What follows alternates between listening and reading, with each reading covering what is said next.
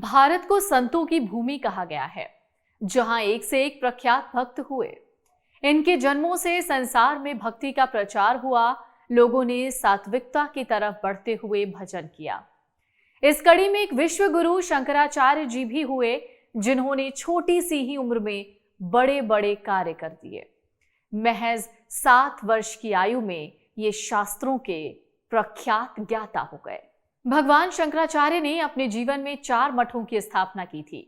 उन्होंने उत्तर दिशा में बद्रीनाथ में ज्योतिर्मठ को स्थापित किया था।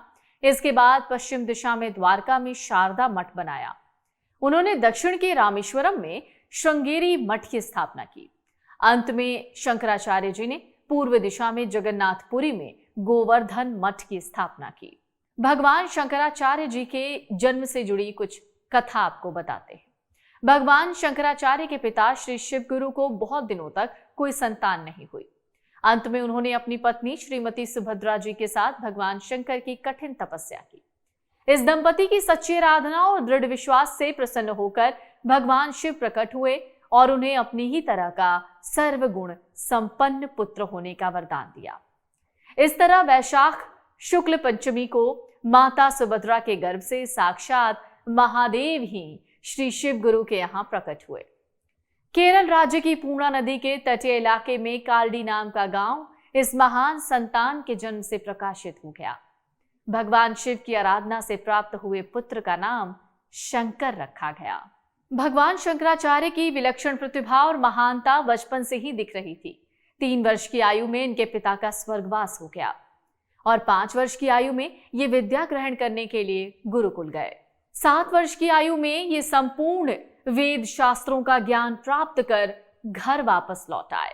इतनी कम आयु में इनकी प्रतिभा को देखते हुए सभी लोग हैरान हो गए। विद्या अध्ययन के बाद शंकराचार्य ने संन्यास लेने की इच्छा प्रकट की, लेकिन इनकी माता ने इनकार कर दिया। एक दिन शंकराचार्य माता के साथ नदी में स्नान करने के लिए गए।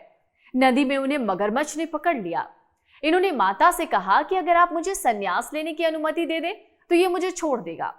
हार कर माता ने उन्हें संन्यास की आज्ञा दे दी। माता ने उनसे वादा लिया कि मेरी मृत्यु के समय तुम उपस्थित रहोगे। माता से वादा कर शंकराचार्य जी संन्यास लेने के लिए चले गए।